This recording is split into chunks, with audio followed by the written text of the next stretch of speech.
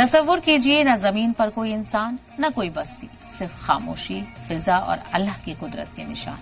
پھر اللہ تعالیٰ نے فرشتوں سے فرمایا میں زمین میں ایک اپنا نائب بنانے والا ہوں۔ فرشتے اس فیصلے پر حیران تھے۔ ان کا خیال تھا کہ جنات کی طرح یہ بھی زمین پر لڑائی جھگڑا اور فساد کریں گے۔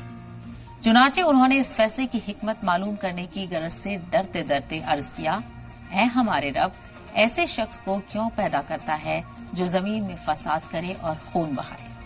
اور ہم تیری تسبیح، حمد اور پاکیزگی بیان کرنے والے ہیں۔ اللہ نے فرمایا میں وہ جانتا ہوں جو تم نہیں جانتے۔ اللہ تعالیٰ نے حضرت جبرائیل علیہ السلام کو حکم دیا کہ زمین سے مٹی لے کر آؤ۔ حضرت ابو موسیٰ اشعری سے روایت ہے کہ نبی کریم صلی اللہ علیہ وسلم نے ارشاد فرمایا اللہ تعالیٰ نے حضرت آدم کو ایک مٹھی خاک سے پیدا فرمایا۔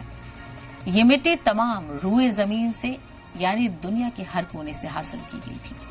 کہا جاتا ہے کہ یہی وجہ ہے کہ حضرت آدم کی نسل میں مختلف رنگوں زبان کے لوگ پائے جاتے ہیں۔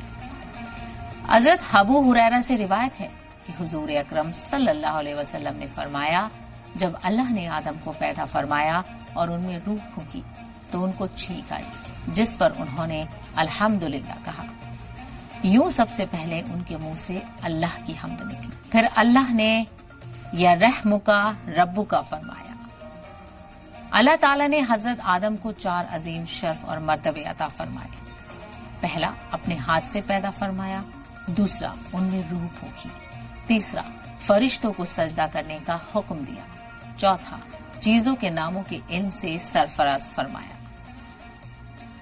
اللہ تعالیٰ نے حضرت آدم علیہ السلام کو تمام نام سکھا کر ان چیزوں کو فرشتوں کے سامنے پیش کیا اور فرمایا اگر تم سچے ہو تو ان چیزوں کے نام بتاؤ۔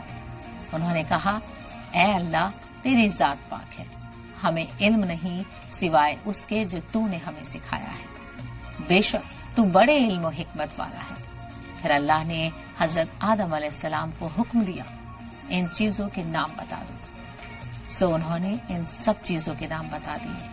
اللہ تعالیٰ نے فرمایا دیکھو میں نے تم سے نہ کہا تھا کہ میں زمینی آسمان کی تمام پوشیدہ چیزوں سے واقف ہوں، میں ان باتوں کو بھی جانتا ہوں جن کو تم ظاہر کر دیتے ہو اور جن کو تم دل میں رکھتے ہو۔